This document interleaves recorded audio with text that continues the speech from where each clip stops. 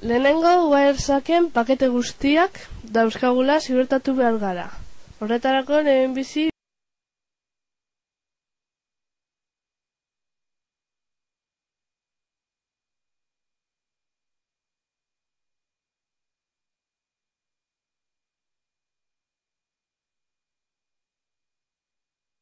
Viewen klikatu, Time Display formatean sartu eta Seconds since previous displayed packet hautatu. Pausu honek pakete bat eta bestearen artean zenbateko denbora pasatu den adierazten digu.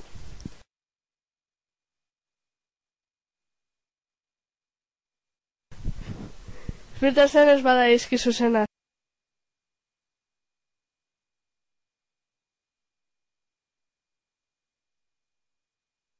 Jartzen, gorriz agertuko du eta bestela berdez.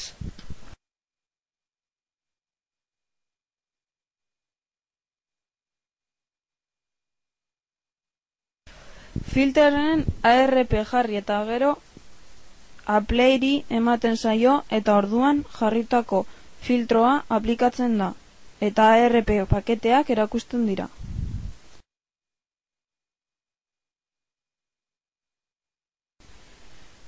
Gero, DNS filterren jarri eta honek adieraz dezake noiz bidali dugun querya eta noiz jaso dugun erantzuna. Honekin batera, bidalitakoaren erantzun zuzena den ala ez jakiteko domain name system query ireki behar du eta bertan egongo da erantzuna.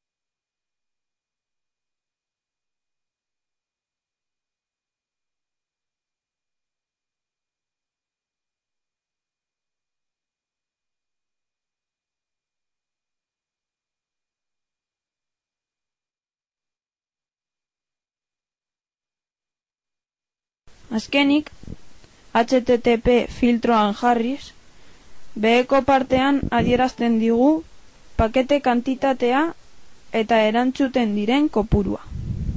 Adibidez, DNS jarriz,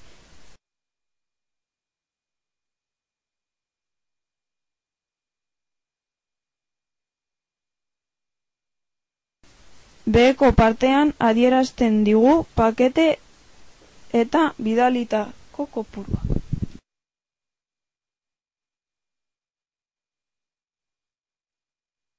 Baina beste hainbat filters daude, adibidez, ARP, DAS, FTP, IP, NTP, SMTP, SAMP, TCP.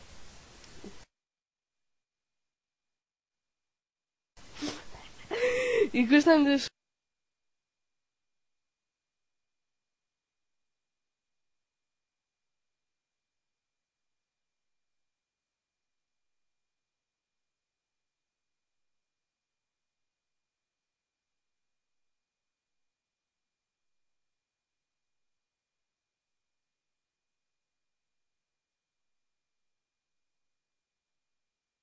Zuen bezala filters horiekin proba egin dugu.